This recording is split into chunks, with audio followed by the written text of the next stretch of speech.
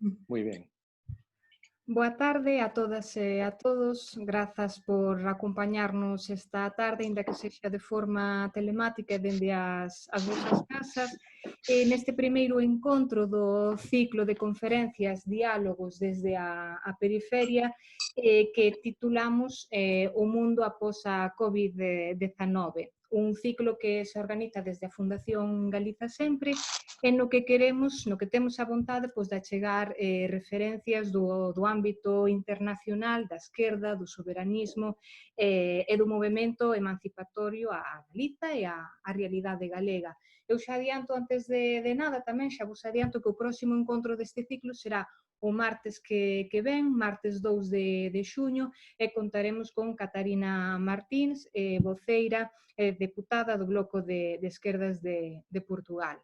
Hoxe acompáñanos o profesor Ramón Grosfogel. Boa tarde, Ramón. Bo día para ti, porque hai unha diferenza Sí, de 9 horas entre ti sí. e nós. Antes de nada, bueno, agradecerche que aceptaras o convite da Fundación Galiza Sempre para acompañarnos hoxe e facelo, bueno, pois neste horario tan pouco habitual tamén para ti. Ramón é profesor de Socioloxía, é activista portorriqueño e pertence ao grupo de Modernidade e Colonidade do Departamento de Estudos Étnicos da Universidade de California en Berkeley. O profesor Grosfogel é unha das referencias na teoría decolonial, ten varios artigos e libros escritos precisamente sobre esta temática, mais nas últimas semanas fixo reflexións ben atinadas e ben interesantes pois arredor da pandemia e os efectos que podería ter na xeopolítica mundial. É por iso polo que hoxe o convidamos a estar con nós, para que nos aproxime, nos faga unha chega pois, a esa reflexión súa sobre como podería transformar o mundo esta crise sanitaria. Vai a ter unha intervención, Ramón, e logo deixaremos, pois vos poderedes facer as achegas que vexades convintes, as preguntas e reflexións que vos parezan, e despois, ao final da intervención de Ramón, intentaremos darlle cabida e resposta a todas elas na medida do posible. Así que moitas grazas, Ramón, cando queiras, paso xa a palabra.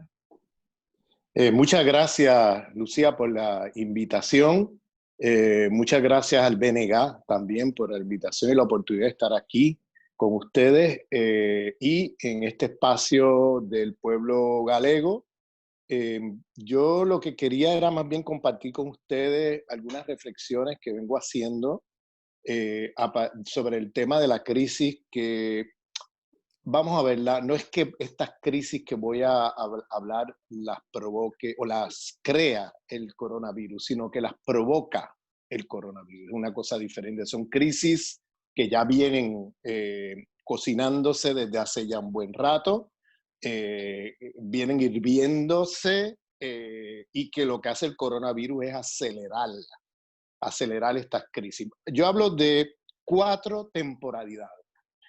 4 temporalidades del sistema mundo, pero que la cuarta ya es una temporalidad que tiene que ver con el Estado español.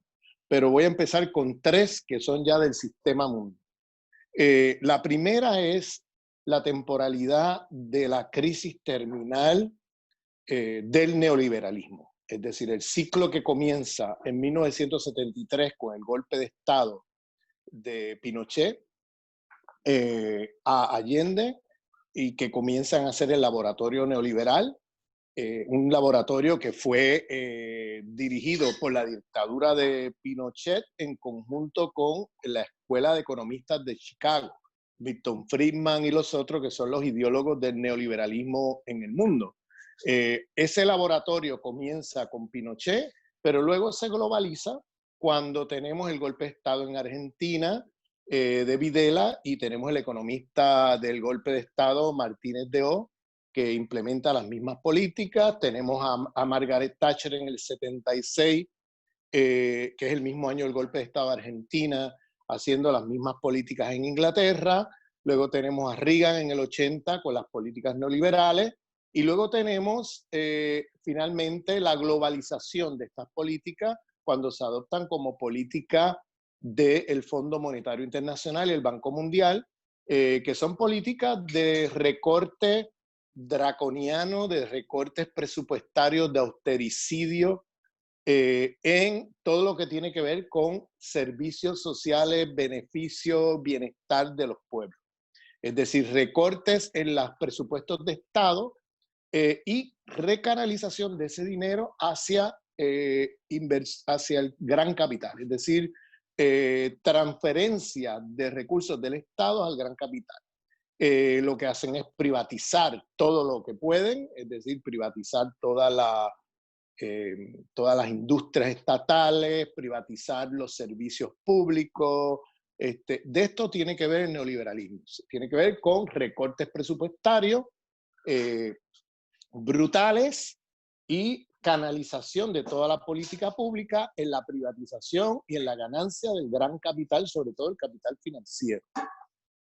Esas políticas llevaron a, bueno, a un desastre económico global en todo el planeta, porque esto se implementó por métodos, vamos a poner así, de chantaje coercitivo del Fondo Monetario ante la deuda de países del tercer mundo. Le condicionaban los préstamos a que tuvieran que hacer las políticas de austericidio neoliberal. Esto lo que trajo fue una gran catástrofe económica para todos los países que implementaron estas políticas y, claro, unos grandes beneficios para el gran capital, el 1% del planeta, que son los que se benefician de estas políticas. Bueno, para hacer una historia larga, corta, esas políticas entran en una crisis ya desde hace años, pero entran ahora en crisis terminal con la pandemia. Cuando digo crisis terminal, no quiere decir que se acaben aquí, sino que en este momento queda demasiado al desnudo la contradicción entre la vida o la ganancia del capital. Es decir, los cortes presupuestarios en servicios de salud, por ejemplo, que es parte de las políticas neoliberales, en esta pandemia se ha visto claramente que los países que han seguido estas políticas, es decir, los estados neoliberales, son los estados con el mayor número de muertes por el coronavirus. Estamos viendo países como, por ejemplo, el Estado español, Italia, Francia, Inglaterra, Estados Unidos, Colombia, Ecuador, Perú, Brasil, Chile. Es decir, hay una fuerte correlación entre estados neoliberales y número de muertos. Por ejemplo, Estados Unidos es el epicentro de los muertos en el mundo. Estados Unidos tiene un servicio de salud privatizado. No tiene, un tercio de la población no tiene planes médicos, o sea, que no pueden entrar ni a salas de urgencia. O sea, estamos hablando de una situación catastrófica. Y esto todavía aquí, en Estados Unidos, está apenas comenzando. El pico de la pandemia aquí en Estados Unidos todavía no ha llegado y ya tiene los números más grandes del mundo. Ya está arriba de 100.000 muertos y arriba de 1 millón de personas, 1.6, 1.7 millones de personas contagiadas de coronavirus. Entonces, estoy mencionando esto para llamar la atención al hecho de que queda totalmente al desnudo las políticas neoliberales en una situación de pandemia como esta. Está muriendo un número de gente que no tiene por qué morir. Es decir, el porcentaje normal, en una situación normal de buen servicio de salud, el porcentaje de muertos es entre 2 y 3%. Es decir, de cada 100 personas contagiadas mueren 2 o 3, como mucho. Eso lo podemos ver en Alemania, que Alemania, mientras le pida austericidio durante años a toda Europa y sobre todo al sur de Europa, Alemania nunca recortó su servicio de salud. Alemania tiene suficientes máquinas de oxígeno, Alemania tiene suficientes camas en hospitales, etcétera, y tiene los números de los más bajos en la Unión Europea en porcentaje de muertos. O sea, digo esto porque observen cómo hay una fuerte correlación entre Estado neoliberal y número de muertes. Eso quiere decir que hay miles y miles y miles de personas que no tenían por qué haber muerto, de haber habido una máquina de oxígeno en la sala de urgencia, de haber habido suficientes camas, de haber habido suficientes enfermeros y enfermeras, de haber habido suficiente espacio en la sala de urgencia, de haber habido suficientes médicos, de haber habido suficientes hospitales. Sabemos que con la privatización de los servicios de salud, en muchos lugares, entre ellos, y cierre de hospitales, como pasó en la crisis del 2008-2009 en el Estado español. Si se acuerdan, parte de las políticas austericidas era exigirle al Estado español recortes presupuestarios draconianos. Y una de las cosas que se afectó seriamente fue los servicios de salud pública. Y recortaron en el ámbito de hospitales, es decir, cerraron hospitales, tiraron a la calle miles de enfermeros y enfermeras. O sea, y de momento nos encontramos en una situación draconiana donde tenemos dantesca, realmente dantesca, en las salas de urgencia, donde tenemos un médico decidiendo quién vive y quién muere.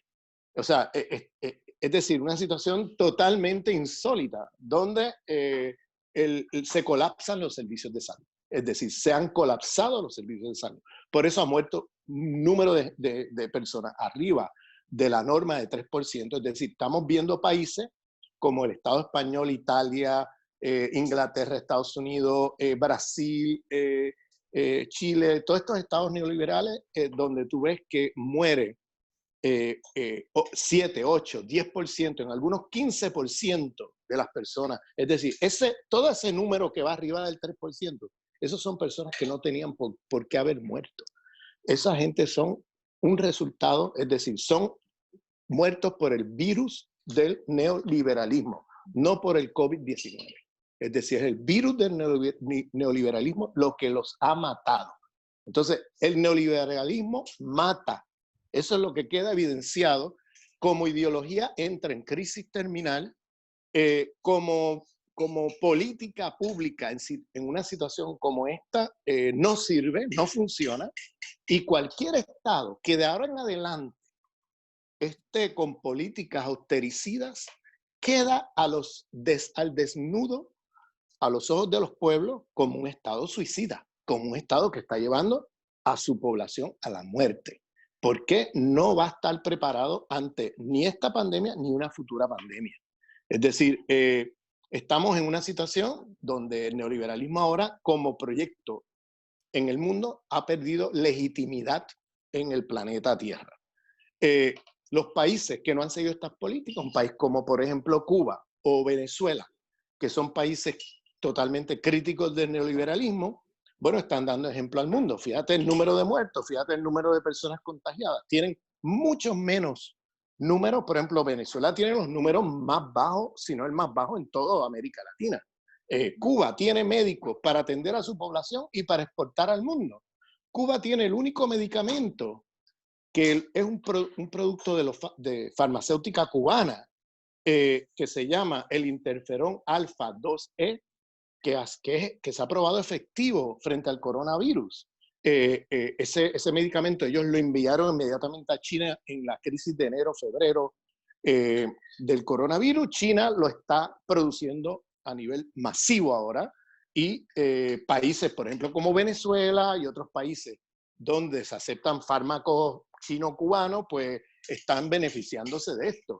Pongo este ejemplo porque Cuba es un país bloqueado, Cuba es un país empobrecido por el bloqueo de más de 60 años y sin embargo tiene servicios de salud que pueden no solamente atender a su pueblo, sino atender otros pueblos en el mundo. ¿Cómo es posible? Por una sencilla razón, porque sus recursos se canalizaron fundamentalmente para beneficio del pueblo, lo poco que tienen, y no para el gran capital o para inversiones absurdas en armamentismo, ¿no? Por tanto, tienen recursos para poder atender una pandemia como esta, y no solamente esto, para la solidaridad con el resto del mundo ante esta pandemia. Hasta Italia ha tenido que acudir a los médicos cubanos, ¿bien? Hasta Italia ha acudido China, porque la Unión Europea no ha hecho nada. La Unión Europea se ha mantenido ensimismada. Alemania, que puede manejar el asunto mucho mejor que otros países, no ha hecho nada de solidaridad. Y por tanto estamos hablando de una crisis de este modelo que Ahora, cuando vuelvan a lanzar esto, va a haber una oportunidad política de poder tener argumentos sólidos para oponerse a estas políticas de recortes presupuestarios austericidas como se ha hecho. Segundo ciclo que está en crisis terminal es el ciclo de la hegemonía estadounidense en el mundo, que es el ciclo que comienza en 1945, después de la Segunda Guerra Mundial, y, en mi opinión, termina en el 2020 con esta pandemia. Es decir, estamos hablando de una crisis terminal. Como modelo y como país que era el centro de la economía mundial, pues Estados Unidos ya estaba en crisis hace rato, pero aquí hay un antes y un después. Porque antes de la pandemia, todavía Estados Unidos era el país hegemónico, hasta enero de este año. Durante la pandemia pasa a ser China ahora el nuevo centro de la economía mundial. ¿Qué pasó? Estados Unidos está con una deuda de más de 25 trillones de dólares. Estados Unidos no solamente es el epicentro de la pandemia, sino que es el epicentro de la Gran Depresión mundial. La prensa habla de recesión. Ahora empiezan a hablar de gran recesión. Esas son palabras eufemísticas. Estamos hablando de que entramos a escala mundial en una gran depresión como la de los años 30 del siglo pasado. Esa gran depresión en la que entramos, para dar un ejemplo, Estados Unidos también el epicentro, no solamente epicentro de números de muertos por el coronavirus, sino el epicentro de esta gran depresión mundial. Estamos ahora mismo en Estados Unidos, en cuestión de 8 semanas, hay más de 40 millones de personas que han perdido sus empleos y que no los van a recuperar. No los van a recuperar. Estamos hablando de números ya de la Gran Depresión como en el siglo pasado, en los años 30 del siglo pasado. Estamos hablando de unos números enormes y esto no ha terminado, todavía quedan semanas por delante. Muy probablemente Estados Unidos termine con una cifra cerca de los 60 millones de personas desempleadas. Estamos hablando de un colapso de la economía en Estados Unidos.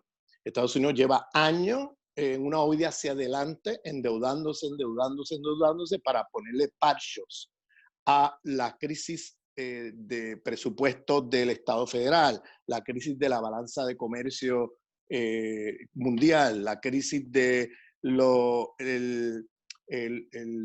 la deuda privada de las familias que viven de crédito, viven de tarjetas de crédito, viven de préstamos bancarios, de préstamos hipotecarios y cosas por el estilo. Es decir, Estados Unidos es un país de consumo que produce muy poco. El 75% del producto doméstico bruto de Estados Unidos es en consumo. Es decir, 75%. O sea, Estados Unidos produce muy poco.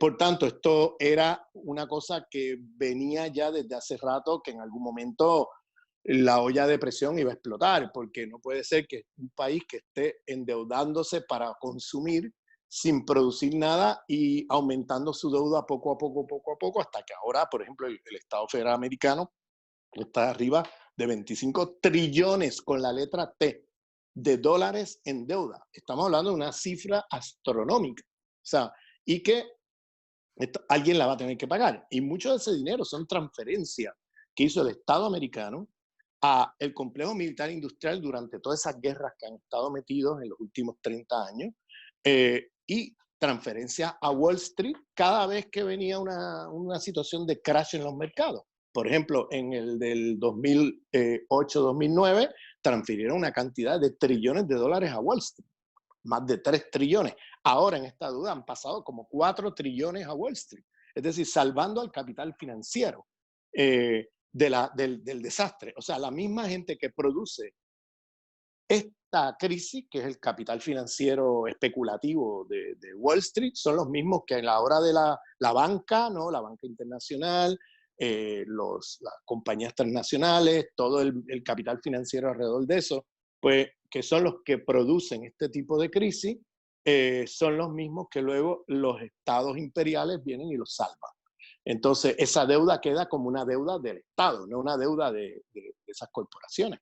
Eso queda una deuda del Estado que luego son los contribuyentes de cada país los que lo tienen que pagar. Lo vemos en el Estado español también. Durante la crisis de el 2008-2009 el préstamo que recibieron del Banco Central Europeo, con los cuales luego los chantajean con el austericidio y con los cuales luego tuvieron que recortar dinero y presupuesto en salud, pues esto obviamente, ¿a dónde va a parar todo ese dinero? A salvar al IBEX 35, a eso es que va. Y ahora están en lo mismo, ahora vuelve en el Estado español la misma historia y ahora en Estados Unidos hace apenas como 2 o 3 semanas se distribuyeron el botín, yo le llamo el botín, porque estamos hablando de un botín de 4 o 5 trillones con T de dólares que se han distribuido entre el 1%. Una cosa descaradísima. Y luego, a la semana de haberse distribuido el botín, entonces empiezan a llamar a abrir la economía. Es decir, sálvese el que pueda. En medio de una pandemia, no, aquí está muriendo gente como mosca. De momento tenemos que una vez reciben todo el reparto del botín, ahora quieren abrir la economía y seguir como si nada. Entonces, estamos viendo ya la caída de la hegemonía americana. Estados Unidos se ha debilitado como economía en el mundo. Sin embargo, en medio de esta pandemia, China pasa a ser la potencia más importante y más sólida económicamente a escala mundial. ¿Qué pasó durante la pandemia? Mientras Estados Unidos está endeudado en trillones de dólares, China tiene trillones de dólares con T en ahorros de dólares. Y por tanto, puede entonces salir al mercado y comprar todos los stocks, las acciones de las compañías transnacionales en los mercados de valores que se han caído en precio. Por ejemplo, ellos nacionalizaron vía el mercado toda su economía durante esta pandemia. Cuando se cayeron los precios de las compañías transnacionales en su territorio, es decir, los precios de las acciones en los mercados de valores, China enseguida entró y se los compró todo a precios de baratillo, o sea, muy barato. Y hizo una especie de nacionalización vía el mercado. Ahora mismo China, después de esta pandemia, sale fortalecido y con plena soberanía sobre todo el proceso económico en su territorio y con plena soberanía sobre todos los mercados financieros en su territorio. Es decir, China sale fortalecido. Por eso es que el Estado español, si te recuerdas, hace unas semanas atrás pasaron un decreto prohibiendo a capital extranjero de comprar compañías estratégicas que estén en quiebra en los mercados de valores. Porque, ¿qué pasó? Cuando vieron que China hizo esta especie de nacionalización vía el mercado, tomó de sorpresa a todo Occidente, porque lo que pasó fue que cuando se cayeron los precios de las acciones, los accionistas occidentales empezaron a vender desesperadamente las acciones y China vino y se lo compró todo y nacionalizó toda su economía.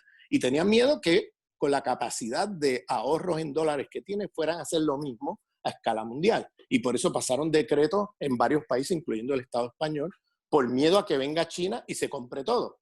Ahora que las acciones de todas estas compañías se fueron al piso. Entonces, China ahora está en una situación, además de que tuvo un control y un éxito rotundo sobre el coronavirus, además es el país que está ayudando a más de 140 países en el mundo, está haciendo, vamos a ponerlo así, globalizando la ayuda de China. Ahora mismo es el país que manda máquinas de oxígeno a un montón de países a través del planeta. Es decir, tenemos una situación donde de momento China pasa a ser ahora el nuevo centro de la economía capitalista mundial. Bien, porque no perdamos de vista que China es un país capitalista. China no es China desde el golpe de Estado de Deng Xiaoping en el año 1976, donde mataron a millones en ese golpe de Estado, que Occidente lo celebró, porque la política de Deng Xiaoping fue restaurar el capitalismo en China, y China se convirtió en una potencia capitalista. En un primer momento era la gran maquiladora de mano de obra barata para el capital transnacional, pero ahora, claro, ahora los imperialismos occidentales se alan el pelo porque de momento China los está desplazando. Ya China no es el lugar de maquiladora que para el capital transnacional de los años 70, 80 y parte de los 90, sino que ahora China compite con los imperialismos occidentales en la producción de tecnología, en capital financiero, en toda una serie de renglones. Sigue siendo un lugar de mano de obra barata, pero ya compite a otro nivel con los imperialismos occidentales y por tanto ahora pues están todos alarmados con el ascenso de China. Y por eso es que ahora se están inventando todo tipo de historias, buscando cómo cobrarle a China por la crisis del coronavirus, acusar a China de ser la causa. Todo esto son fake news para buscar cómo buscar algún pretexto que les permita justificar, cobrarle a China dinero y tratar de coartar o cortarle las alas a China, porque China realmente en este momento histórico los ha desplazado como el centro del sistema mundo. Y China tiene lógicas de cómo opera que habría que discutirlas con cuidado, porque no podemos, el peor error que podemos hacer es extrapolar a China las categorías que tenemos para entender a los imperios occidentales. Es decir, el imperialismo chino tiene otro tipo de funcionamiento que es diferente a los imperialismos occidentales, y eso hay que mirarlo con cuidado si es que queremos entender el nuevo mundo en que vamos a estar luego de la pandemia. Es decir, tenemos que entender lo que es China, y eso requiere de una discusión más profunda. El cuarto ciclo, perdón, el tercer ciclo que también entra en crisis terminal es la crisis civilizatoria. La crisis civilizatoria que empieza en 1492 y para mí que termina en el 2020. Otra vez, estas son todas crisis que ya se vienen gestando desde hace rato, que ya estamos viendo desde hace rato la crisis del modelo neoliberal, y ya lo vimos en América Latina con los gobiernos progresistas, que ahora están todos siendo tumbados con golpes de Estado, blandos o duros, pero los están tumbando el imperialismo americano, junto con las oligarquías criollas, tumbando gobiernos progresistas. Ya vemos cómo han intentado ahorcar a Venezuela. Es decir, hay una ofensiva contrarrevolucionaria del imperio, porque al perder las guerras en el Medio Oriente, el imperio regresa con fuerza a lo que ellos conciben como su patio trasero, que es América Latina. Y ahora vuelven con una ofensiva de recuperar los gobiernos que de alguna manera le ponían obstáculos o le contestaban su hegemonía. Y entonces vienen con fuerza con golpes de Estado blandos o duros. Y ya eso es un proceso que viene de hace rato. El otro elemento es la crisis civilizatoria. Esta crisis civilizatoria ya la vemos venir de hace rato, pero es una crisis que tiene que ver con una civilización que prioriza la ganancia del capital sobre la vida. Y entonces tenemos una civilización que muchos intelectuales críticos indígenas de este planeta le llaman civilización de muerte, porque es una civilización que destruye la ecología planetaria, que destruye la vida en el planeta. Es una civilización que por las propias lógicas del capital se lleva por el medio todo lo que sea, incluyendo la vida, incluyendo los recursos naturales, todo, destruyendo la ecología planetaria a nombre de hacer ganancia al capital. Es decir, no tiene ningún reparo en destruir la ecología planetaria con tal de hacer ganancia. Pero tiene también otra lógica esta civilización, y por eso hablo de civilización y no de un sistema económico solamente, porque también esta civilización ha privilegiado como cosmología el dualismo cartesiano. Es decir, esta civilización, toda tecnología tiene cosmología. No existe tecnología neutral. Toda tecnología tiene allí incrustada alguna cosmovisión del mundo. Porque las tecnologías las producimos los seres humanos. Todo ser humano vive dentro de alguna cosmovisión. No dije religión, dije cosmovisión. Por tanto, si nos fijamos con detenimiento, la cosmovisión del capitalismo mundial ha sido el dualismo cartesiano, que es muy sencillo, el dualismo ontológico entre la vida humana y otras formas de vida. Es decir, la presuposición de que la vida humana se produce y se reproduce insuladamente de otras formas de vida alrededor nuestro que en Occidente llamamos naturaleza, ¿no? La naturaleza, lo humano. Ese dualismo y esa separación hace que en nuestra racionalidad, en nuestra cosmovisión, exista un sentido común y una racionalidad de que puedes destruir cualquier cosa alrededor tuyo, pero la vida humana sigue, porque la vida humana está concebida como ontológicamente dualistamente separada de otras formas de vida. En el momento que tú haces tecnología con ese tipo de racionalidad, lleva allí la racionalidad de la destrucción de la vida, porque no has tenido los cuidados en la producción de tecnología de reproducir la vida que te rodea. ¿Por qué? Porque concibes eso que te rodea como algo que puede ser destruido, es decir, como medio para un fin. Es decir, lo puedes destruir y no pasa nada porque la vida humana sigue, porque ontológicamente la vida humana se produce y se reproduce de manera insulada de todo lo que te rodea. Eso es una idea muy estúpida, pero con esa idea estúpida hemos estado produciendo tecnología por 400 años ya. Y eso ha llevado a una destrucción planetaria.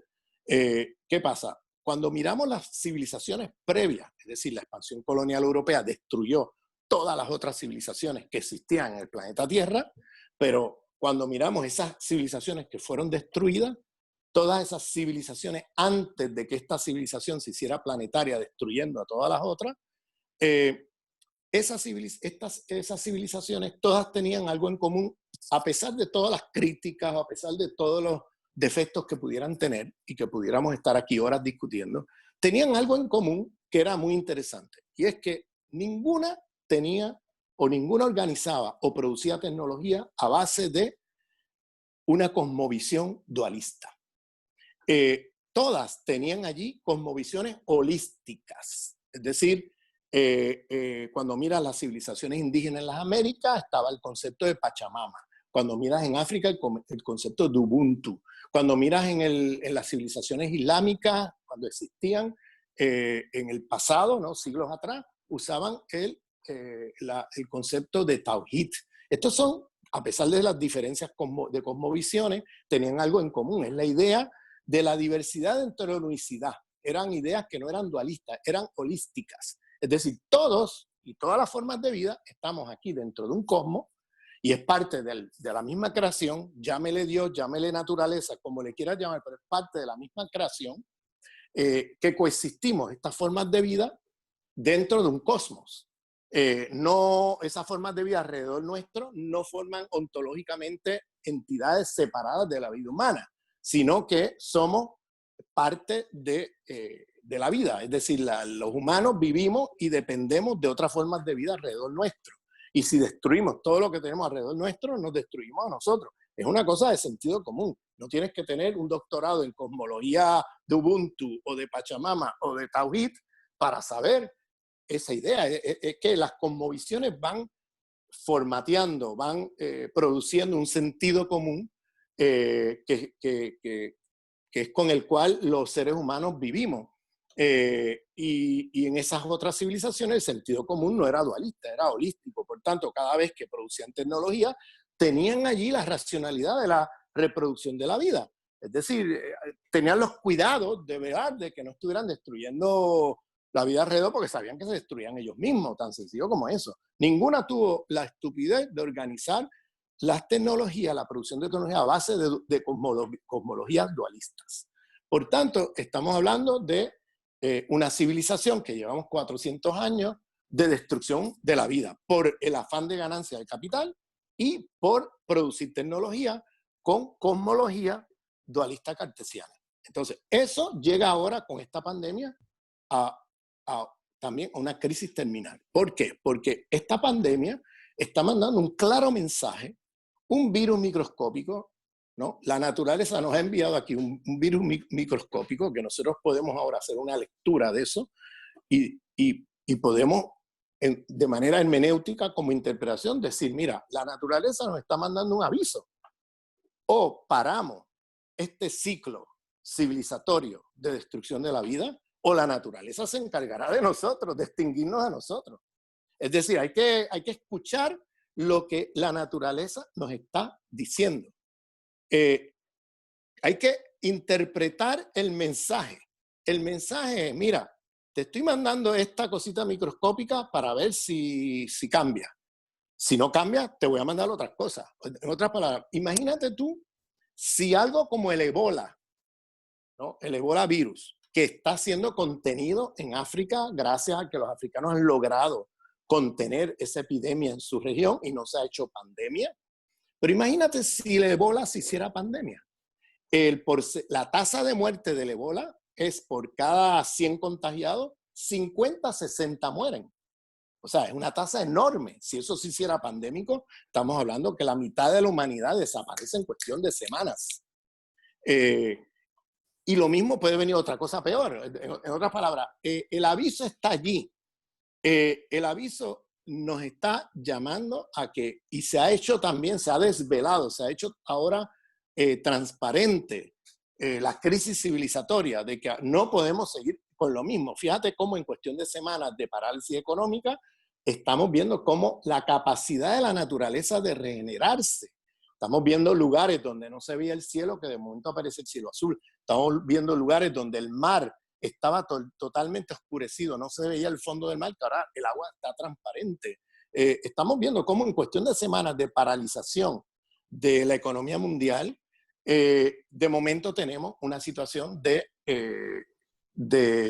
regeneración de la naturaleza. Ahora aparecen pájaros, aparecen animales que antes se habían desaparecido de ciertas zonas. Ahora de momento aparecen cosas por el estilo que muestra la capacidad de regeneración que tiene la naturaleza y muestra cuán destructivo es este sistema civilizatorio que tenemos en este momento. Entonces tenemos que pensar en términos de que de ahora en adelante estamos en una situación donde o cambiamos el sistema civilizatorio y nos movemos hacia a la fundación de una nueva civilización con otros valores completamente opuestos a los que tenemos ahora, es decir, donde privilegie la vida humana sobre cualquier otra cosa, y la vida en el sentido más amplio, no antropocéntrico, sino el privilegio de la vida en un sentido amplio, o tenemos los días contados en el planeta Tierra, tan sencillo como eso. Entonces, el cuarto ciclo de crisis, ya aterrizo en el Estado español, es la crisis que también con esta pandemia entra en crisis terminal, y me refiero a la crisis de lo que se ha llamado la transición en el Estado español. La crisis de la Constitución del 78 y la llamada transición o la mal llamada transición democrática en el Estado español. Eso entra en crisis terminal porque si bien ya, igual que las otras crisis que he mencionado, se veía venir esta crisis, ya estábamos en esa crisis, sobre todo en el caso catalán, por ejemplo, se vio dramáticamente allí la crisis que tiene el régimen del 78. Este régimen ahora entra en crisis terminal porque fíjate cómo en medio de esta pandemia tenemos un gobierno que es vamos a poner entre comillas, y lo pongo entre comillas porque para mí el PSOE es un partido de derecha, no nos confundamos ahí, pero lo pongo entre comillas. Esto es lo mejorcito, entre comillas, que da el españolismo. Un gobierno de PSOE con Podemos. Esto es lo mejorcito. Y fíjate el comportamiento que han tenido en medio de esta pandemia. Es decir, un comportamiento donde, en primer lugar, han centralizado el Estado y se han cargado las autonomías del propio régimen del 78. Bien. Fíjate cómo han lanzado a la calle al ejército. Fíjate cómo han manejado, se han cargado cualquier mínimo espacio de soberanía de las naciones sin Estado. Se han cargado todo. Fíjate cómo los acuerdos que habían firmado con Esquerra se lo cargaron. Ahora se cargaron aquel que hace poco, el de Bildu, con el tema de la ley de laboral que iban a eliminar, ¿no? La ley laboral del PP. Es decir, fíjate cómo este gobierno, bueno, una vergüenza total. O sea, es una cosa impresionante cómo pueden firmar un acuerdo para unos votos y unas cosas y en cuestión de horas, no pasaron ni siquiera otro día. Ya por la tarde, por la noche, ya están ellos anunciando que revocando los acuerdos. O sea, una cosa descarada, lo que muestra que el españolismo realmente muestra una vez más su verdadero rostro, que es el rostro totalmente rancio de un Estado, de la defensa de un Estado que monárquico, un Estado que responde a los intereses del IBEX 35, un Estado que, no se toma, que no se toma en serio para nada los intereses de las naciones sin Estado, sino los intereses del españolismo, de España como país, y los demás, sálvese el que pueda. Fíjate cómo esta pandemia nunca cerraron Madrid, nunca. En un momento de emergencia que había que cerrar Madrid, no cerraron Madrid, cerraron el país, pero no cerraron, es decir, el Estado. Lo cerraron en sus fronteras, pero no cerraron Madrid. Es decir, la pandemia entonces se regó a lugares, a otros lugares que hubieran estado en mucho mejor situación de no haber sido porque esta gente no fue capaz de cerrar Madrid.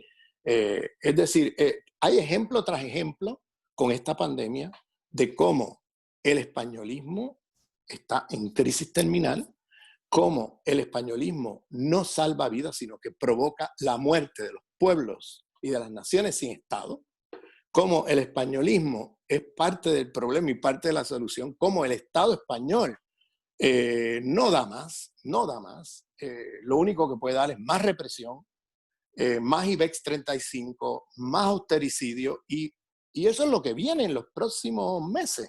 Es decir, va a venir un proceso de, ahora con los préstamos del Banco Central Europeo y todo eso, van a intentar repetir la historia del 2008-2009, donde van a imponer políticas austericidas, donde van a centralizar el Estado, y muy probablemente tengamos una situación como la de Grecia, donde Syriza se agotó por precisamente haberse metido en las lógicas austericidas de la Unión Europea y sobre todo de Alemania, porque hay que decirlo, Alemania es el centro hegemónico de la economía europea, son los que controlan el Banco Central Europeo, y lo demás, y sobre todo el sur de Europa, una especie de protectorado, una especie de colonias ahí o neocolonias de Alemania.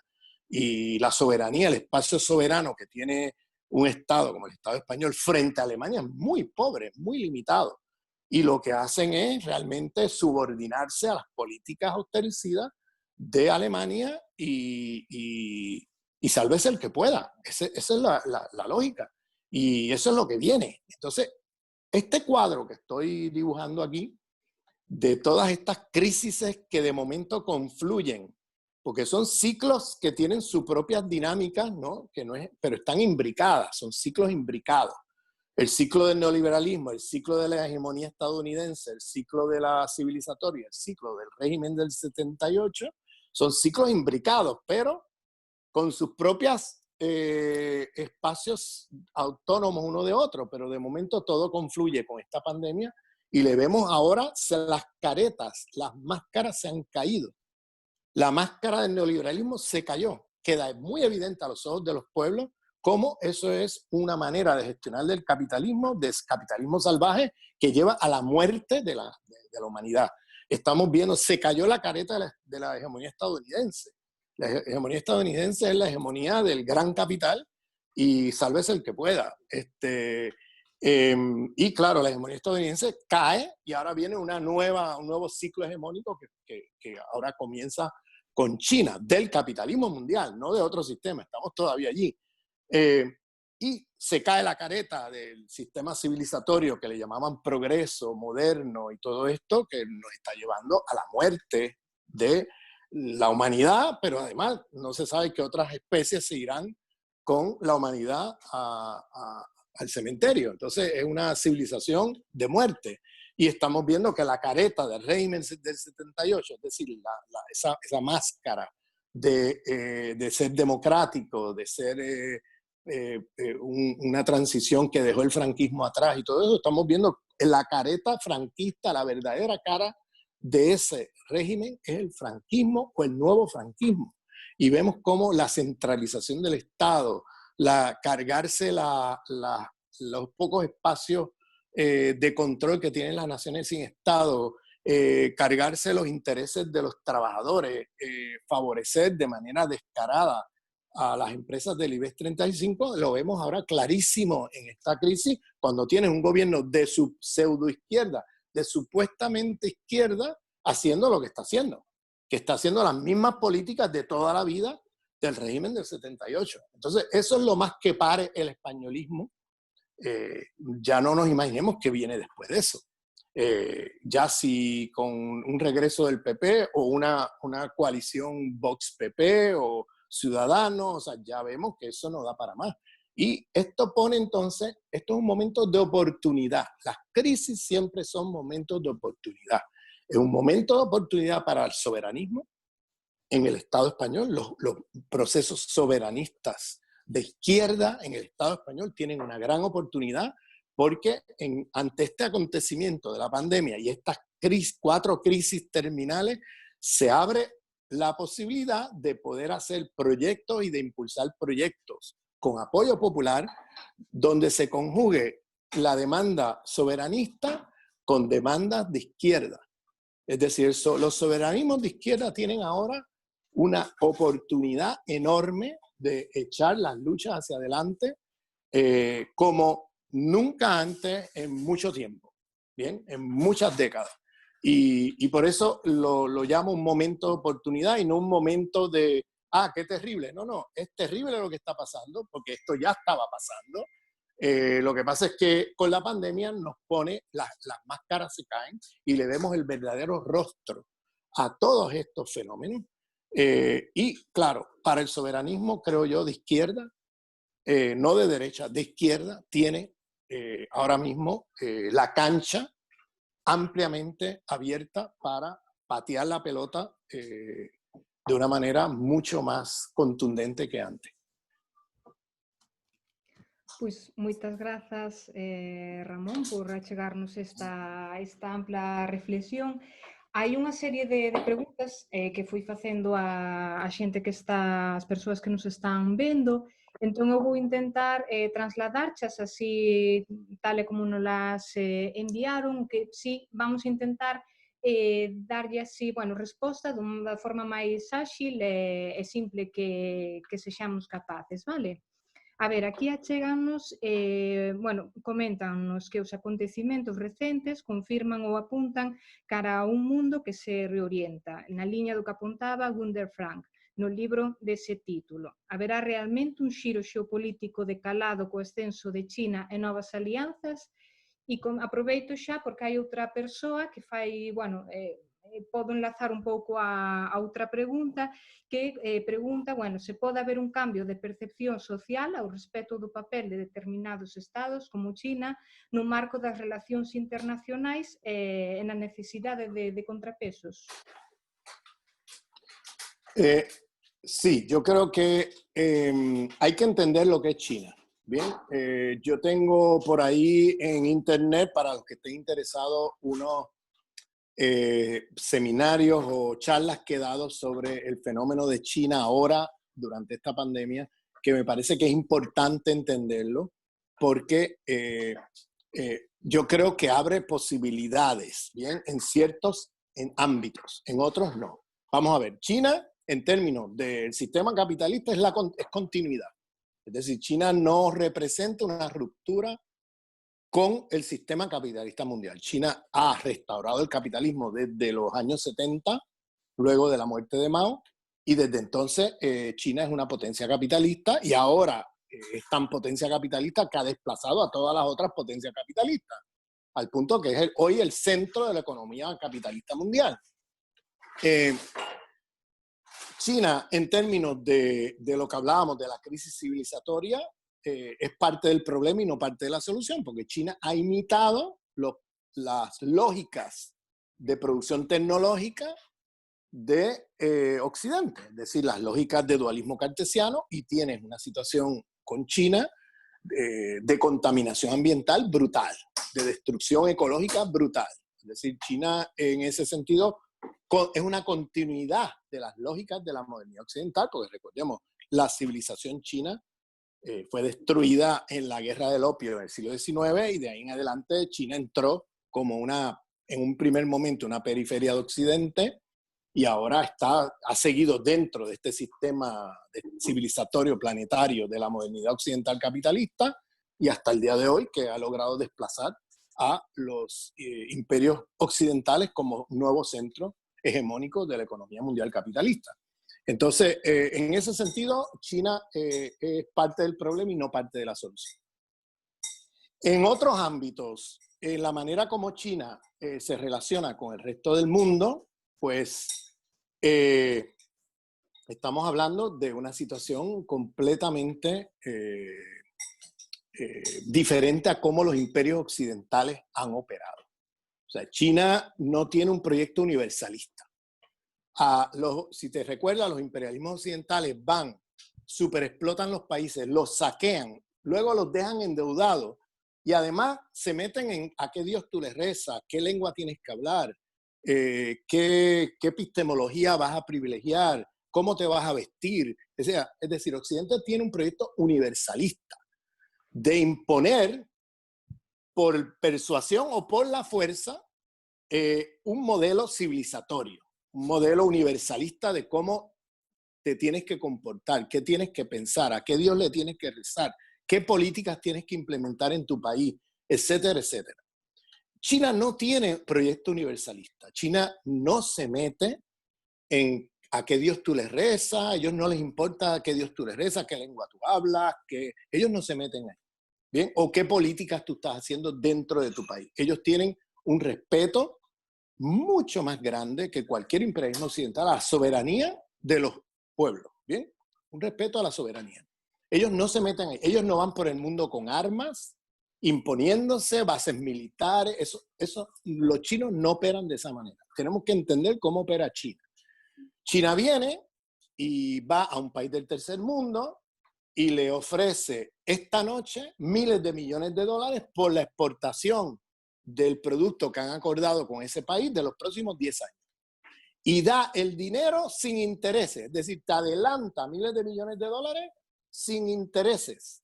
No como hace Occidente, que cualquier adelanto te lo cobran intereses. Y además, no solamente te lo cobran intereses, sino que te lo condiciona a que tienes que hacer tal o cual política neoliberal para que yo te pueda dar el préstamo, ¿no? Es así como opera Occidente. De momento viene una potencia como China y le da un respiro a muchos países del tercer mundo que han estado ahorcados por los imperialismos occidentales, donde de momento te da esta noche los miles de millones de dólares de la exportación de los próximos 10 años y sin condicionarlo con intereses usureros ni nada de eso, sino aquí está el dinero y ahí está el acuerdo.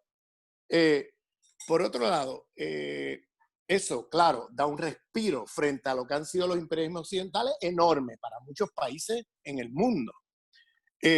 Por otro lado, China, cuando hace acuerdos ya de inversión directa, sea en la construcción de un puente o en la construcción de vivienda o en una inversión en alguna industria, China importa sus propios esclavos de la China. China no emplea la mano de obra local de los países donde invierte. China, parte de los acuerdos es que se importa la mano de obra china, que está bajo leyes laborales horribles, trabajando 18 horas al día, ganándose céntimos de dólares al día, es decir, una especie de mano de obra semiesclava. Entonces, los traen donde quiera que inviertan, claro, eso hace que China no entre en conflicto con las poblaciones locales, ¿no? Y además ofrece un servicio baratísimo a los países donde invierten. En África ahora mismo están produciendo miles y miles y miles de, cientos de miles de viviendas a precios accesibles a los africanos.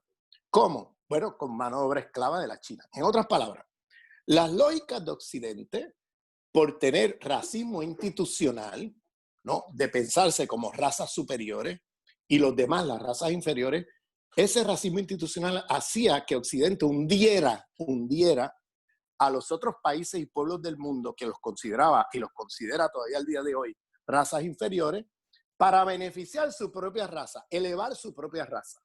Es decir, los imperialismos occidentales están imbricados con lógicas raciales que hace que, por ejemplo, los imperialismos occidentales superexplotan mano de obra latinoamericana, africana o asiática. Toda esa ganancia viene hacia los imperialismos occidentales y los imperialismos occidentales son capaces entonces de mejorar la situación de los trabajadores metropolitanos blancos, lo que llamaba Lenin en la Primera Guerra Mundial, la aristocracia obrera del mundo, que era a partir de la superexplotación de los imperialismos occidentales sobre el tercer mundo, permitía darle migajas a los trabajadores blancos occidentales que le mejoraba sus salarios, condiciones de vida, etc.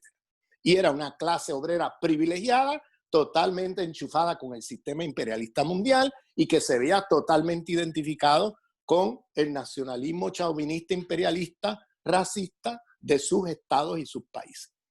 En cambio, China es una... O sea, Occidente anda por el mundo hundiendo el resto del mundo y elevando lo que ellos consideran la raza superior. ¿Bien?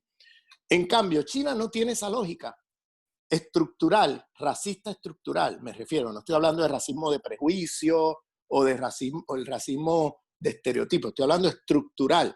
China es una superpotencia que eleva la economía donde se mete y hunde a los suyos. Las víctimas número uno del ascenso de China son los chinos. Es decir, las condiciones de los trabajadores chinos son semi-esclavas, son situaciones horripilantes y son los que ellos exportan al mundo como mano de obra barata para sus aventuras económicas. Entonces, por tanto, crea un efecto de crecimiento económico en los países donde se mete, al mismo tiempo que hunde a la clase trabajadora china. Mira las políticas de China dentro de su territorio frente a los musulmanes chinos o frente a los tibetanos, son políticas genocidas, son políticas horribles. Pero cuando se trata de las relaciones internacionales con otros países del mundo, China tiene políticas de respeto a las reglas de juego internacionales, respeto a la soberanía, no va movilizando ejércitos ni armas por el mundo, y va, el efecto chino en el resto del mundo es eleva la economía de estos países. Entonces, digo esto porque esto entonces crea posibilidades. Estas posibilidades son ambiguas, porque como China no tiene proyecto universalista, puede ir lo mismo para la extrema derecha que para la izquierda. Es decir, como ellos no se meten en qué pasa dentro de la frontera de los países y respetan la soberanía, bueno, pues si en ese país la gente se está comiendo los bebés que nacen vivos, ¿no? Pues yo no me meto. Eso es problema de ellos, ¿no? Ellos no tienen proyectos universalistas, no se van a meter a decirte qué tienes que hacer. Es decir, que un proyecto de extrema derecha, bueno, pues tiene cancha. Pero también un proyecto de izquierda radical tiene también cancha, porque ellos tampoco se meten allí. Ellos, ¿qué tú haces dentro de tu país? Ellos ahí no se meten. Ellos se meten más bien en las relaciones de acuerdos internacionales, comerciales, etcétera. Y esos acuerdos funcionan de una manera bastante transparente con China. China, por ejemplo, ha sido expulsado de África en los últimos 15 años por los imperialismos occidentales a través de guerras y golpes de Estado a gobiernos que habían hecho los acuerdos beneficiosos con China y los imperialismos occidentales, como están perdiendo la batalla de África, han acudido a guerra, han acudido a golpes de Estado y cosas por el estilo para destruir esos gobiernos que hicieron pactos con China y reorientar a esos países nuevamente los recursos naturales y la economía nuevamente a manos de Francia, Estados Unidos, Gran Bretaña, etc. ¿Qué hizo China? China agarró la bofetada, tuvo que salirse de esos países y no respondió dando una bofetada. La lógica occidental es, me sacaste, pues vuelvo allí ahora con las armas, o voy a meterme allí a hacerte una guerra. No, ellos no hacen eso, ellos se mantienen fuera y luego, unos años después, 1 año, 2 años después, regresan con ofertas comerciales imposibles de que esas élites pro-occidentales que se pusieron allí en el poder por los golpes de Estado o por las invasiones militares occidentales, digan que no, porque son acuerdos comerciales muy beneficiosos desde el punto de vista de esos países. Entonces, por ejemplo, Bolsonaro, cuando ganó las elecciones, intentó reorientar Brasil a manos de Estados Unidos fuera de los acuerdos con China. ¿Qué pasó? En menos de 1 año ya China regresó a Brasilia, la capital de Brasil, con unos acuerdos de inversiones de más de 100.000 millones de dólares, que eran acuerdos muy beneficiosos para Brasil, y Bolsonaro mismo, que intentó reorientar la economía brasilera hacia Estados Unidos y romper con China, bueno, no pudo decirle que no, porque Estados Unidos jamás va a hacer una inversión con las condiciones que te da China, jamás. Entonces no pudo decir que no, tuvieron que aceptarlo. O sea, China vuelve nuevamente con fuerza, sin usar una bala, sin usar una pistola, sin usar un ejército, sin poner una base militar, nada. Ellos hacen su movida con unas lógicas muy diferentes. Quizá puede que tenga que ver, no estoy diciendo que sea así, hay que estudiar a China, hay que conocer China, hay que entender a China, porque en este nuevo periodo China va a ser un actor muy importante y tenemos que entender, porque eso puede abrir posibilidades, siempre y cuando no nos traguemos la idea de que sea un modelo a seguir, o la idea de que es un país socialista, o la idea de que es una alternativa frente al capitalismo mundial, siempre y cuando no caigamos en esa trampa, es importante reconocer las grietas que se abren de posibilidades de acción y transformación radical de izquierda que se abren con China como nuevo centro hegemónico. Y eso lo digo porque no podemos hacer lo que siempre hacemos, que es de una manera bastante eurocéntrica, extrapolar las categorías que tenemos para entender los imperios occidentales a China. China es un fenómeno en sí mismo que hay que entenderlo en sus propios términos. ¿Para qué? Para poder saber cuáles son los límites y cuáles son las posibilidades que se abren. Y eso es importante tenerlo claro de cara a una estrategia desde donde te encuentres en el planeta, una estrategia de izquierda. Entonces hay que saber bien qué está pasando ahí. Y además es una superpotencia que no es neoliberal. Es decir, China no es neoliberal. China no promueve neoliberalismo en el mundo. Al contrario, China acepta y reconoce el rol del Estado en la economía. Ellos mismos lo practican. De manera que eso es otro elemento muy importante. Ellos no van por el mundo imponiendo neoliberalismo. Es decir, esto es un fenómeno que hay que mirarlo en sí mismo para poder saber cuáles son los límites y cuáles son las posibilidades que se abren. Moi ben, pois yo coa seguinte pregunta que tiñamos pendente en relación a isto que estabas comentando agora, porque además antes contrapoñías o modelo de China e Estados Unidos, e precisamente preguntan cal crees ti que pode ser a reacción dos Estados Unidos ante a perda da hexemonía mundial en terreos como económico, militar ou tecnolóxico? Bueno, la reacción de Estados Unidos la estamos viendo ya. Es la piratería pura y dura. O sea, estamos volviendo a la piratería del siglo XVI. Es decir, si te recuerdas, esto que se llama hoy de una manera un poco, vamos a ponerlo así, romántica, los piratas del Caribe. Bueno, los piratas en el Caribe eran, vamos a poner así, los agentes de la CIA, lo que llamaríamos hoy los agentes de la CIA de los diferentes imperios occidentales. Es decir, estos eran gente que trabajaba para sus respectivos imperios. Y habían piratas holandeses, franceses, británicos, y se peleaban las islas del Caribe, se mataban entre ellos. Y claro, ahí no había regla de juego. La regla de juego era imponerse por la fuerza. Incluso cualquier regla que se acordara se violaba en menos de 24 horas. Es decir, es la piratería abierta y descarada. Y en eso anda el gobierno de Estados Unidos con la administración Trump ya desde hace rato. Violando acuerdos multilaterales que se habían hecho a escala mundial. Estados Unidos se está retirando, ensimismando del mundo, lo cual hace que su caída sea mucho más rápida, porque ahora China aparece como un actor mucho más positivo en la arena internacional que Estados Unidos. Y Estados Unidos lo que hace es la piratería de, por ejemplo, hacer cosas como, por ejemplo, nombrar un presidente, reconocer un presidente que se declara presidente en una plaza, en la calle, en Caracas, Venezuela, ¿no? La piratería de venir y quedársele con la empresa Citgo, que estaba en territorio americano, que pertenece a Venezuela, una empresa que de 30.000 millones de dólares, que genera una ganancia enorme anual para el Estado venezolano. ¡Pum! Se la apropiaron. Así, pura piratería. Se han quedado con las cuentas de bancos de Venezuela de miles de millones de dólares. O sea, se han quedado con las cuentas de banco en los bancos, en la banca estadounidense, pero también europea.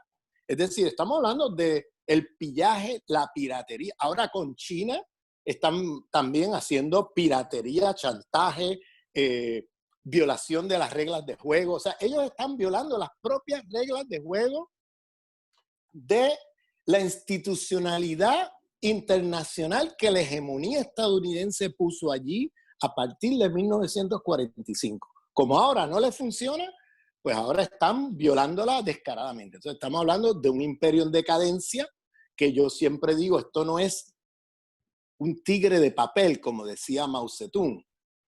Esto es un tigre herido. Y los tigres heridos son los momentos donde más cuidado tienes que tener, porque un tigre herido puede atacar de una manera irracional, de una manera destructiva, como nunca antes. O sea, por tanto, Estados Unidos ahora mismo no es un tigre de papel, es un tigre herido, herido de muerte.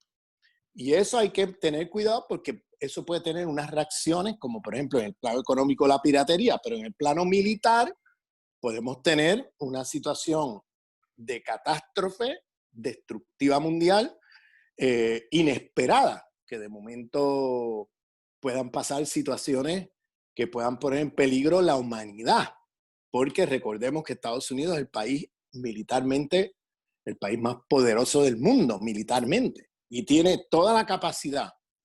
No tiene capacidad para atender la salud de su población, pero tiene toda la capacidad de volar el planeta no una vez, 100 veces.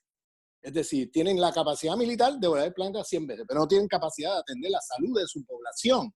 Eso te dice mucho de dónde han puesto ellos todos sus huevos. Ellos han puesto todos sus huevos en la canasta del complejo militar industrial y de Wall Street.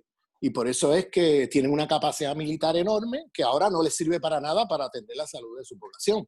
Entonces, estamos ante una situación ahora que yo creo que va a ser difícil, que hay que mirarla con cuidado porque ahora Estados Unidos se repliega sobre América Latina porque ha perdido las guerras en todos lados, ha sido desplazado por China y otros imperios de los mercados africanos, ha perdido las guerras del Medio Oriente, o sea, el eje sionista, la triple alianza sionista, imperialista estadounidense y saudí, ha perdido la guerra frente a la alianza de Rusia, Irán, ¿no? Rusia e Irán en el Medio Oriente. Entonces, estamos hablando de una situación donde ellos están de salida y regresan a su histórico patio trasero, y por eso vimos ahora las cosas que están haciendo, el golpe de Estado ahora recientemente frente al gobierno progresista de Evo Morales y cosas así. O sea que el comportamiento de Estados Unidos se va a ir más y más y más en una dirección de piratería abierta y descarada, violando las propias reglas de juego y violando todos los acuerdos posibles en el plano internacional. Por tanto, estamos hablando de una situación de mucho peligro. En otras palabras, pasan a ser una superpotencia secundaria, pero no van a desaparecer inmediatamente como superpotencia militar. Entonces, por tanto, ahí hay todavía un terreno que recorrer en el sentido de tener mucho cuidado que no vaya a haber una locura veniendo de parte de un imperio herido de muerte y que pueda afectar la vida en la humanidad, ¿no?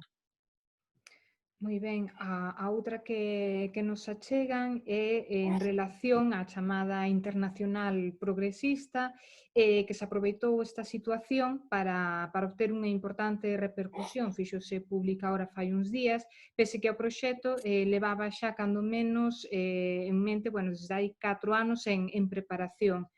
Te preguntan se tes algunha opinión respecto a isto.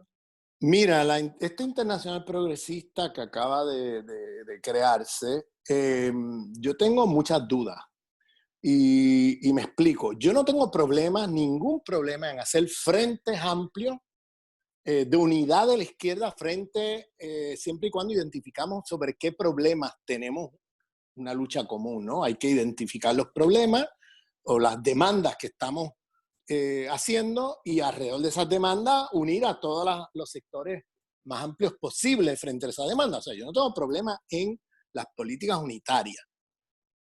Y por eso celebro cualquier intento de unidad que se haga. Lo que pasa es que en este caso yo no lo veo claro de qué se trata la unidad aquí. Porque ahí hay sectores que, por ejemplo, con respecto a Venezuela, repiten las tesis del imperialismo. Hay sectores que con respecto a Palestina repiten las tesis del sionismo, es decir, no son antiimperialistas. Hay sectores firmando que no son consecuentemente antiimperialistas. Yo creo que una cosa fundamental de cualquier internacional progresista o de izquierda en el planeta Tierra tiene que tener como un punto común el antiimperialismo. Mínimamente el antiimperialismo. Si no tenemos el antiimperialismo, pues yo veo con muchos problemas el futuro de esa alianza, porque entonces tenemos que definir frente a qué nos estamos aliando. Pero aliarse por aliarse no hace sentido con fuerzas políticas, por ejemplo, socialdemócratas, que son proimperialistas, o con fuerzas políticas que, aunque no sean socialdemócratas, no tienen una claridad sobre el tema del imperialismo en América Latina o en el Medio Oriente o cosas por el estilo. Y mantienen posiciones muy proimperialistas en esas regiones. O en la misma Europa, en la misma Unión Europea. Entonces, hay ahí también sectores que son neoliberales. Hay gente firmando que son ambiguos frente al tema del neoliberalismo. Entonces, yo me pregunto también qué sentido hace una alianza progresista donde tú tienes gente que frente al neoliberalismo no tienen una posición claramente antineoliberal, sino que son muy ambiguos con eso. O sea, también me pregunto qué hacemos con eso. Además, hay muchos sectores ahí que no son anticapitalistas. ¿Sí? Que no son anticapitalistas. O sea, por tanto, una internacional progresista o de izquierda que no es antiimperialista, que no es consecuentemente antineoliberal y que no es consecuentemente anticapitalista, pues no sé, la verdad que no sé. Entonces, ¿cuál es el propósito? O sea, ¿cuál es la agenda? ¿Para dónde va eso? Esa es la parte que me deja muchas preguntas y pocas respuestas, porque no veo sinceramente en un contexto como el actual cuál es el propósito de una internacional de este tipo que no tenga claridad sobre estos temas. Yo puedo entender que nos unamos frente a un tema de problema específico ecológico y ahí sumamos todas las fuerzas posibles, incluyendo sectores que sean procapitalistas. O sea, porque estamos contra esta empresa que crea estos problemas de contaminación ambiental en este lugar del mundo. Y bueno, bien. O puedo entender que nos unamos fuerzas políticas que no tenemos que estar de acuerdo en el tema del capitalismo, el imperialismo, el neoliberalismo, cuando se trata de demandas populares o aumento de salarios o no sé, ¿entiendes? Podemos unirnos frente a temas específicos. Yo no tengo problema en la unidad más amplia posible. O sea, que yo no soy una persona sectaria. En ese sentido, apoyo los frentes amplios y lo más amplio posible frente a ciertos temas. Yo apoyo que en un movimiento soberanista frente a un Estado imperial, pues que haya la mayor amplitud de aliados posibles de esa nación oprimida frente a ese Estado imperialista. Y ahí puede haber sectores hasta de la burguesía de los países oprimidos, ¿no? Y no hay problema, porque te estás uniendo frente a un problema específico y tenemos acuerdo frente a ese problema. Pero una internacional que se llama progresista hoy, en el siglo XXI, frente a esta crisis de pandemia que ha mostrado la crisis terminal, cómo no sirve esto del neoliberalismo, esto del capitalismo, y esto del sistema imperialista, cómo todo eso está en crisis, y que no tenga claridad sobre eso, de verdad que no le veo un futuro fuera de quizás pronunciamientos y declaraciones con muchas firmas, como siempre vemos en cierta izquierda, con muchas firmas y muchas personalidades, ¿no? Sin que se traduzca en nada positivo, práctico frente a estos graves problemas que enfrenta la humanidad. Pois xa che chego a última. Como crees que pode afectar a pandemia a procesos onde as movilizacións xogaban un papel crucial e ficaron paradas pola COVID-19, como é o caso pois, de Cataluña ou Chile, entre outros? Sí, esto es otro tema que es muy importante porque en esta pandemia los poderes de toda la vida están aprovechándola para precisamente a nombre de la pandemia desmovilizar a los pueblos. O ¿sí? Pueblos que estaban movilizados en lucha en la calle, de momento se desmovilizan porque, bueno, hay unos decretos y unas órdenes, por supuesto, de velar porque este virus no se haga, no se disemine más de lo que ya está. Pero fíjate, como estados neoliberales, como Chile, ¿no? O como un estado neoliberal como el español, en lugar de decir, oye, que es que no hemos invertido en sanidad, tenemos que poner todo el dinero allí. No, se dedican ahora a seguir con las políticas de siempre, como si nada hubiera pasado, y ahora eh, eh, eh, eh, canalizan toda su política de estas medidas que se han tomado de encerramiento frente a la pandemia para precisamente destruir los movimientos en la calle, los movimientos sociales y criminalizarlos. O sea, lo que están haciendo con la pandemia es criminalizar las movilizaciones populares.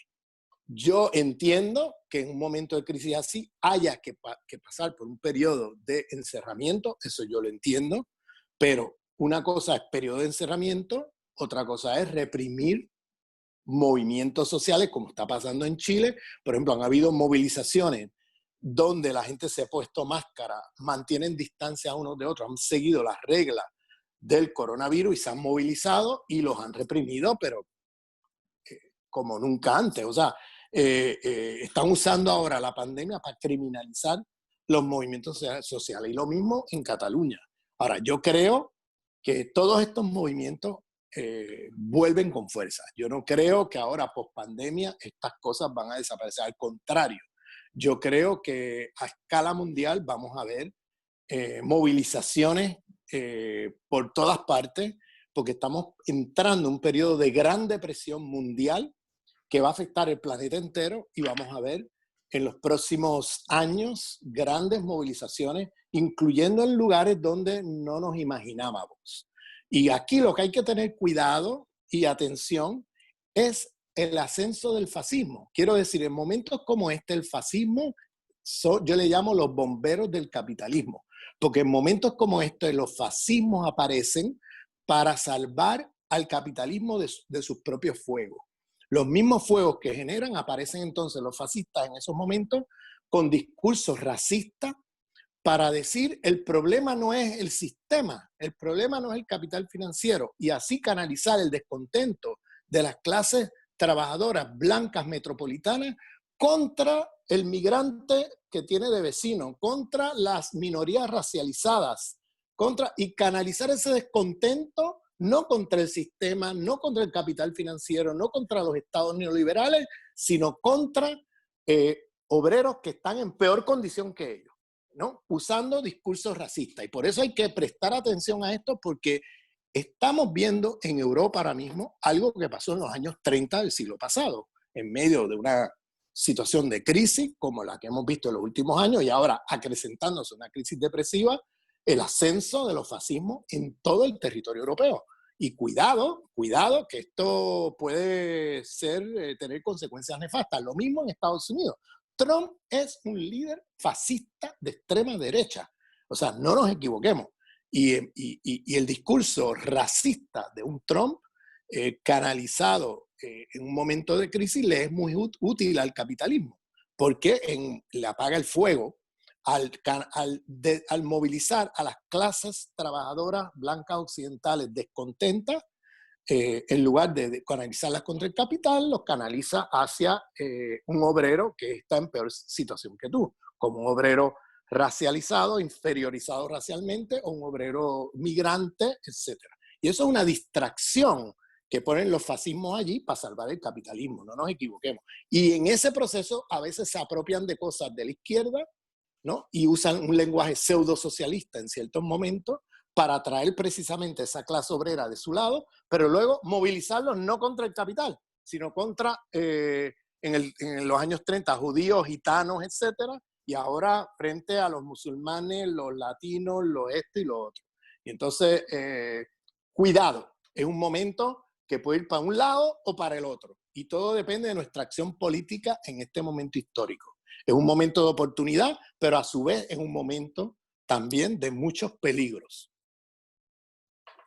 Vale, hai unha última pregunta que se nos achegou agora e podemos rematar con ela, traslado xa. Adiantaches hai un anaco que a COVID-19 puido servir de coartada para intensificar a recentralización no Estado español. Crees que moitas das medidas supostamente excepcionais viñeron para quedarse? Pensas que son un primeiro paso para unha ofensiva aínda maior? Refírese a unha probable sustracción do escaso poder que xa tiñan os gobernos das nacións sen Estado para planificar pois, as súas políticas educativas, sanitarias ou da orde pública. Sí, esto fue una 155 camuflajeada. Ellos han impuesto una 155 en todo el estado de una manera camuflajeada porque lo han hecho a nombre de una supuesta pandemia. De todas las fórmulas posibles para gestionar la crisis del coronavirus, fíjate la fórmula que ha optado lo que podríamos llamar, nuevamente entre comillas, lo mejorcito del españolismo. El PSOE y Podemos. Fíjate cómo han acudido a las políticas más derechistas, neofranquistas, que te puedas imaginar. De tantas opciones que pudieron haber hecho, ¿no? que tenían en su mesa para enfrentar esta crisis, optaron por la más franquista de todas. Eso te dice mucho de los límites de ese proyecto político, de los límites del españolismo, de los límites del Estado español, de cómo las posibilidades de negociación con ese Estado y los interlocutores para negociar cualquier cosa están prácticamente bastante cerradas, porque ya vimos cómo se han comportado en los acuerdos con Esquerra, en los acuerdos con Bildu, en los acuerdos, se violan los acuerdos como si nada, como tomarse un vaso de agua. Entonces, creo que estas son políticas donde van preparando la subjetividad de las poblaciones, las van acostumbrando a este tipo de centralismo autoritario desde Madrid. Es decir, que ahora usan esto en medio de una pandemia y mañana lo pueden hacer en medio de una movilización popular que ponga en jaque el régimen del 78. Y es normal, ¿no? Se normaliza como hicieron en Cataluña, la 155, ahora lo hicieron con la pandemia y mañana lo harán con cualquier otra excusa. Es decir, es probable que en los próximos meses, cuando ya la excusa de la pandemia no esté, relajen un poco el régimen de centralismo y vuelvan a instaurar otra vez lo que yo llamo la colonia, que es el régimen de autonomías del Estado del 78, pero lo que estamos viendo aquí es la generar ya un consentimiento, una costumbre, ¿no? Una cosa como que se normaliza de que para cualquier situación implementan una 155 que le quita soberanía y autonomía en cuestión de un plumazo a las naciones sin Estado. Entonces yo creo que ellos están preparando el terreno con estas medidas para situaciones peores que se avecinan ahora con esta gran depresión y para el tipo de negociación que hay que ponerle ojo que va a tener el Estado español, sobre todo desde el PSOE, con el Banco Central Europeo ahora post pandemia, cuando vengan los préstamos para atender la crisis económica que tuvo esta pandemia, a dónde va el dinero, quiénes se benefician. O sea, hay que mirar todo eso, porque eso ya podemos desde ya, no hay que ser Nostradamus para saber a dónde va esto. Esto va a salvar la banca, salvar el capital transnacional, como hicieron en la crisis del 2008-2009, vuelven otra vez a repetir este esquema y ya lo estamos viendo, por ejemplo, en las políticas que han seguido en términos del tema de la fiscalía, el tema de la ley laboral, el tema de, o sea, todos estos temas y todas estas promesas que siempre hacen que no cumple el PSOE, pues estamos viendo hacia dónde se dirige, que es hacia tranquilizar la patronal, tranquilizar al gran capital y servirle a ese gran capital. Hacia eso va eso. Y han logrado con esto neutralizar a un partido que no lo tenían muy claro de para dónde iba, que es Podemos. Lo han logrado meter allí, neutralizarlo y convertirlo en otro partido socialdemócrata más, que ya se veía venir también, que Pablo Iglesias y Podemos son un partido socialdemócrata, no tengo la menor duda, pero tenían un aire de ser una socialdemocracia un poquito distinta en algunas cosas, pero ya vemos dónde ha terminado. Es decir, Pablo Iglesias y Podemos se hunden con el gobierno del PSOE y eso es lo más que pare el españolismo. El españolismo no pare nada más. Por eso siempre he dicho, y con esto termino, que el beirismo como ideología, ya no solamente como personaje histórico, el beirismo como ideología de subordinación colonialista a la izquierda españolista está en crisis terminal. Es decir, cualquier proyecto soberanista desde Galicia o desde cualquier otro lugar que tenga ilusiones y que siga diciendo la izquierda rupturista, que es el lenguaje eufemístico que usa todo el tiempo la gente de ANOVA, la gente de ese sector, es realmente un ilusionismo bastante ingenuo. Pensar que con esa izquierda españolista vas a llegar a algún lugar rupturista. Al contrario, lo que estamos viendo es cómo con esa izquierda españolista no vas a llegar a ningún sitio excepto a reproducir el régimen del 78. Y en eso el beirismo ha cometido un grave error político, y le llamo beirismo a esa ideología de subordinación colonialista a la izquierda españolista. Tenemos que tener muy claro los límites de esa izquierda españolista para poder operar políticamente, pero seguir arrodillándose frente a esa izquierda españolista y generando la ilusión que esa es la izquierda rupturista, me parece grave para alguien que se llama nacionalista y soberanista en Galicia. Pois mil grazas, Ramón, foi un verdadeiro prazer escoitarte, mil grazas por acompañarnos nesta primeira